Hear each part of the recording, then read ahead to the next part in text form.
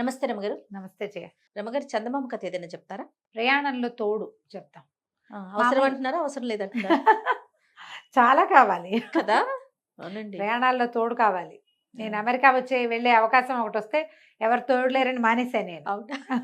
నాకు చెప్పొద్దా రమగారు, నేను వచ్చేసేదాన్ని. తోడు అవసరం కదా! చాలా అవసరం అండోయ్. ఆ! అంటే ఇవాళ రేపు ఏముందండి అని పొట్టడారు చాలామంది. ఏం కాదు మీరు వచ్చేయండి ఏం పర్వాలేదు అని. ఒక్కదాన్నే వెళ్ళలేనని అనుకున్నా నేను. మరి అవును. పెద్ద ప్రయాణం కదా! ఇది చెప్దాం. రమగారు, చిన్న ప్రయాణాలకు కూడా మనం ఒక్కలమే పోలేం. ఇప్పుడు అలవాటైపోయింది. అసలు ఒంటరిగా వెళ్ళే అలవాటు తప్పించేశాను నేను పూర్తిగా. వల్ల చాలా కాదు. కష్టం చెయ్య. చాలా కష్టం. అందుకే ఇప్పుడు ఇక ఒంటరిగా ఎక్కడికైనా వెళ్ళిపోవాలని చూస్తున్నాను నేను ఇలా అయిపోయానని. మీరు సింగిల్‌గా ఎవరికీ చెప్పకుండానా చెప్పా? చెప్పకుండానంటే ఇంట్లో చెప్తాను. ఓకే. నాకు చెప్పండి, నేను కెమెరా తీసుకొని వచ్చేస్తా. ఈ ప్రయాణంలో తోడు. ఓ పల్లెటూరులో ఒక ఓ సుబ్రహ్మణ్యం ఉన్నాడు. వాళ్ళ అమ్మ పెద్దావిడ, 60 ఏళ్ళ ఆవిడ, 60 దాటిన ఆవిడ. పక్క ఊళ్ళో ఉన్న కూతురికి కొంచెం తరచుగా జ్వరం వస్తోందని ఎవరో ఎవరి ద్వారానో కబురు తెలుసుకున్నాడు. సుబ్రహ్మణ్యం అన్నాడు, అమ్మ నేను ఇప్పుడు రాలేనే, మన ఊళ్ళో పిల్లలు ఎవరైనా వెళ్తున్నారేమో, పొలం పనులు ముమ్మరంగా ఉన్నాయి, ఊరు వాళ్ళు ఎవరైనా అటు వెళ్తున్నారేమో కనుక్కుంటాను, వాళ్ళని తోడిచ్చి నిన్ను పంపుతాను అని చెప్పాడు. ఆ రోజు ఈవిడ ఏరా కనుక్కున్నావా, చెల్లాయిని చూసొస్తాను రా అని ఆవిడ సతాయిస్తుంది.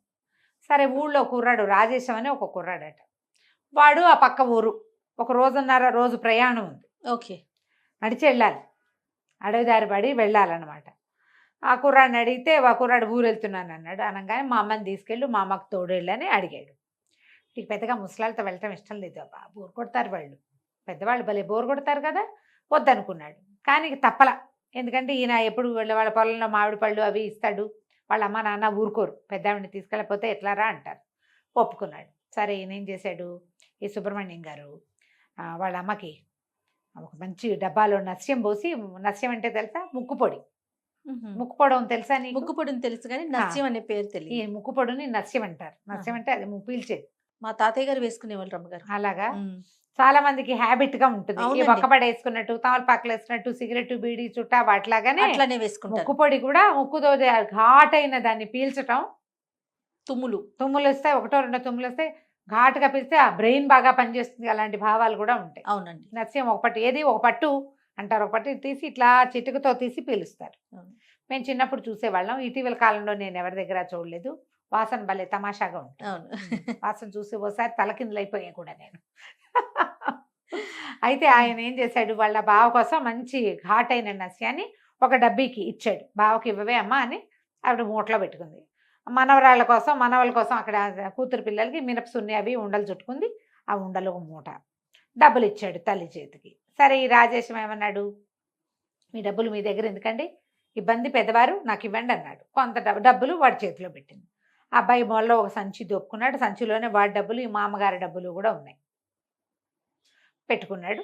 సరే బయలుదేరి వెళ్ళారు. నడిచిపోతున్నారు.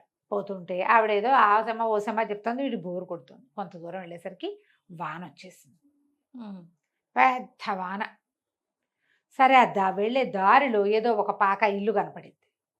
వీళ్ళు ఆదరా బాదరా నెత్తి మీద చెంగేసుకుని ఆవిడ తువ్వాలు కప్పుకుని వాడు పరిగెడితే సరే కిటికీ దగ్గరికి వెళ్ళి, కుర్రాడు ఏమంటే వానకు తడిసిపోతున్నాం, ఈ పూట ఇక్కడ ఉండనివ్వండి అని అడిగాడు. ఆ లోపల ఇంటి ఆవిడంది, ఏమిటి వండిచ్చేది, ఇంట్లో మొగాళ్ళు ఎవరు లేరు, ఇట్లా బయట వాళ్ళని చేర్చుకో, మేము వెళ్ళి బాబు ఆ పంచ నుంచి పోండి అంది.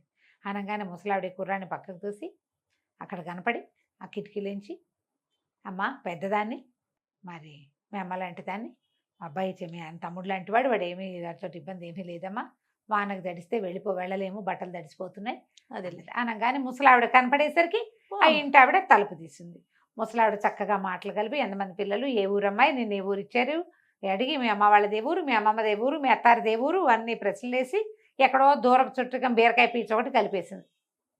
కలిపేయంగానే ఆ ఇంటి ఆవిడ బొద్దు అంటున్నా వినకుండా పొయ్యి రాజేసి గబగబా అంత అన్నం చారు పెట్టి, వీళ్ళకి ఆ వానలో వేడి అన్నము చారు పెట్టింది. లేకపోతే వీళ్ళు తెచ్చుకుని దిబ్బరొట్టే తినేవాళ్ళు. దారిలో ఏదో చూసుకుందాం అనుకున్నారు. శుభ్రంగా అన్నం తిన్నారు. కాసేపు ఆగి వాన తగ్గాక అమ్మాయికి టాటా చెప్పి మళ్ళీ బయలుదేరారు. పొడుగాటి నల్లటి తాచుపాము ఒకటి కనపడిందట మధ్యలో. హడిలిపోయాడు కుర్రాడు, చప్పట్లు కొడితే అది కదల అద్భుతం ఇలా పడగ విప్పి వీడి వైపే చూస్తుంది. వీడి చేతులు కదులుతున్నాయి, అది వీడికేసి ఇట్లా చూస్తుంది. ఈవిడేం చేసింది, ముసలావిడ చేతిలో చిన్న కర్ర ఉంది, కర్రని ఇట్లా నేలకేసి 5-6 సార్లు కొట్టేసరికి పాము సర్రమని పక్కకి వెళ్ళిపోయింది అవతలకి. అవతలకి వెళ్తే ఈ ముసలావిడ చెప్పింది, పాముకి చెవులు ఉండవురా అబ్బి, నువ్వు చప్పట్లు కొడితే దానికి అర్థం కాదు, చేతులు ఊపుతున్నావని నీ చేతులకేసి చూస్తుంది అది, కదలికలే కనపడతాయి దానికి. అంతేగా. దానికి చెవులు ఉండవు, నేల అదిరితే పారిపోతుంది పాము, నేల అదిరికి పారిపోతుంది, తెలివిగా ఉండాలిరా, అట్ట భయపడితే ఎట్లా అన్నది. సరే అక్కడి నుంచి నడవటం మొదలుపెట్టారు. ఒక చిన్న కొండ మలుపు లాంటిది ఉంది అక్కడ. ఆ మలుపులోంచి ఒక దొంగవాడు వచ్చాడు. ఈ రావటం ఏం చేశాడు, రాజేశం గడి మేడ మీద పెట్టేశాడు కత్తి. తీ డబ్బులు ఏమున్నాయి, తీయి అని హడిలిపోయి వణికిపోయి కుర్రాడు బొడ్లో ఉన్న సంచి తీపోయాడు. ముసలావిడంది, అయ్యో అబ్బి, డబ్బుల కోసం ప్రాణం తీస్తావుట్రా, వాడి దగ్గర ఏమున్నాయి, నా దగ్గర ఉన్నాయి, నేను ఇస్తా ఇట్రా అని చెప్పి మెల్లిగా మూట విప్పింది. విప్పేసరికల్ వాడు చూస్తున్నాడు, కత్తి చూపిస్తున్నాడు కానీ ఇస్తుందని. ఈవిడేం చేసింది, మూట విప్పి మూటలోంచి, చిన్న మూటలోంచి ఆ డబ్బీ తీసి, ఆ డబ్బీలోంచి ఇంత దస్యం తీసి కంట్లో కొట్టేసి. అయ్యో తెలివి. వాడు లబో అది మహాభగ్గుమంటుంది అది. ఇప్పుడు నీకు భగ్గుం అనకపోయినా కనీసం ఫేస్ పౌడర్ పడినా కంట్లో మడుతుంది కదా, కారమే పోయక్కర్లా, చేతిలో ఫేస్ పౌడర్ ఉండి ఫేస్ పౌడర్ విసిరేసిన ఒక మన కంపాక్ట్ పౌడర్లు అయితే అడవు, చేతిలోంచి ఊడిపడవు. మామూలు ఫేస్ పౌడర్ డబ్బా ఉందా, ఆ డబ్బా ఇట్లా విసిరితే కంట్లో పడితే మామూలుగా ఉండదు దాని సంగతి. వాడు లబో దిబోమంటూ పరిగెత్తి పారిపోయాడు. కళ్ళు మండిపోతున్నాయి, ఇక్కడ నీళ్లు కావాలి కళ్ళు కడుక్కోవడానికి. వీళ్ళు దారి తీసి వెళ్ళిపోయారు. ఆవిడ నవ్వుతూ చెప్పింది, ధైర్యంగా ఉండాలి, బ్రెయిన్ పని చేయాలి మనకి. సరే ఒక ఊరు దాటారు, ఇంకా వెళ్ళాలి, ఇంకా కొంచెం ఉంది. అయితే ఈ కుర్రాడు ఏం చేశాడు, ఒక అరుగు మీద ఆవిడని కూర్చోబెట్టి, ఇక్కడ కూర్చోండి మామగారు, నేను ఏమైనా ఆకలిస్తుంది, తినడానికి ఏమైనా పట్టుకొస్తాను అని చెప్పాడు. ఊళ్ళు దాటి వెళ్తారు, తిండి దొరుకుతుంది మధ్యలో ఎక్కడో. అదే లేదు. ఈవిడ్ని ఇక్కడ కూర్చోబెట్టాడు, వాడు వెళ్ళాడు. ఎంతసేపటికి రాడే, దుకాణాల వైపు వెళ్ళిన వాడు. ఏమిట్రా వీడు రావట్లేదని ఆవిడ మూట భుజాన్ని వేసుకుని అక్కడికి వెళ్ళేసరికి ఒక కొట్టు దగ్గర బాకెట్లో వీడిని గోల చేస్తున్నారు వాళ్ళు. ఏమిటా గోల, వీడి దగ్గర డబ్బులు లేవు, ఉండాలి డబ్బులు, వీడు తినేశాడు, నా తినేసిన డబ్బులు ఎవరు కక్కుతారు, నువ్వు గిన్నెలు దొంగతావా, వాకిళ్ళు ఊడుస్తావా, బిడ్డ దంచుతావా, ఏం చేస్తావో చెప్పంటున్నాడు దుకాణందారు. ఈ కుర్రాడంటే డబ్బులు పోయినాయండి, నేనేం చేయను అంటున్నాడు. వాడు ఆల్రెడీ టిఫిన్ తినేశాడు అక్కడ. ఓకే, ఆడేదో ఫలహారం చేసి తినేసి మామగారి కోసం ప్యాక్ చేయించాడు. ఈ లోపల ఇదైంది.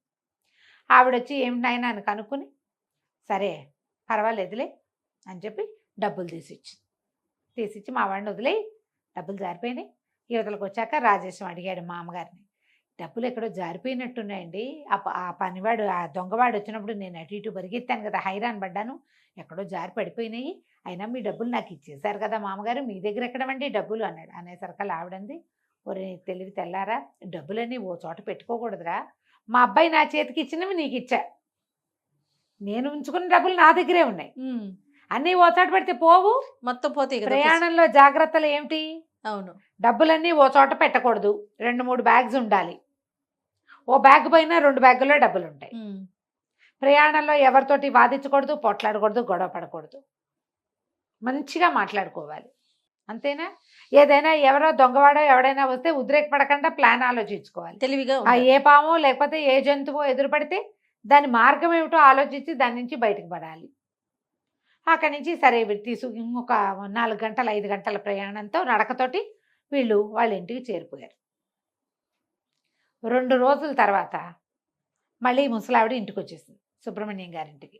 సుబ్రహ్మణ్యం గారు, ఏమిటే అమ్మా అప్పుడే వచ్చేసావు, 4 రోజులు ఉండకపోవా చెల్లాయి దగ్గర అంటే, ఏమో లేరా చూసాక రాజేశం మామ నువ్వు రేపతే నేను ఇంటికి వెళ్ళిన అన్నాడు.